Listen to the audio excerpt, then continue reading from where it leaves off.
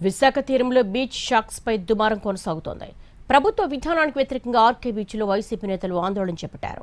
మాజీ MLA Vasupalli Ganesh Kumar wine shop తెరిచారు. ఇసుక తెన్నెల్లో లిక్కర్, కబాబ్స్ విక్రయాలు ప్రారంభించి నిరసన తెలిపారు. డబ్బుల కోసం విశాఖ సంస్కృతిని టీడీపీ దెబ్బతీస్తోందని ఫైర్ అయ్యారు నేతలు. ఆంధ్ర రాష్ట్రంలో ఒక మతిలేని బుర్రలేని 40 years ఇండస్ట్రీ అని చెప్పుకునే సీఎం ఎప్పుడో బ్రిటిషర్స్ ఉండేటప్పుడు ఈ బీచ్ల్లో వాళ్ళు ఇండియన్స్ ఎవరిని రానివ్వకంట ఒక జర్మన్ షెపర్డ్స్ ఆల్సేషన్ డాగ్స్ ని పక్క సెక్యూరిటీలో పెట్టి వాళ్ళేమో ఆడవాళ్ళేమో బట్టలు లేకంట బీర్లు లిక్కరు తాగేవారు మగవాళ్ళు అన్నమాట. మా తాతలు చెప్తుండేవారు అన్నమాట.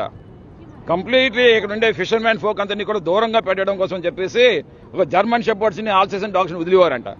అంటే మళ్ళీ ఆ కల్చర్ తీసుకొస్తామన్నాడు ఈ చంద్రబాబు నాయుడు అన్నమాట. ఈ ఆంధ్ర రాష్ట్రంలోని ఈ ఆర్కే బీచ్లోని అమరావతి అన్నావు, సెల్ఫ్ ఫైనాన్స్ అన్నావు, ఇప్పుడు అమరావతికి ఏమో అప్పు చేస్తానంటున్నావు. What is the truth here? ఇప్పుడు నీకు బీర్లు అమ్మితేనే నీకు డబ్బు వస్తుందా? మీ అందుకే చెప్తున్నారంటే ఇమీడియట్ స్టాప్ చేయండి. మీకు డబ్బే లేదా, మీ సంపద సృష్టి రాదా?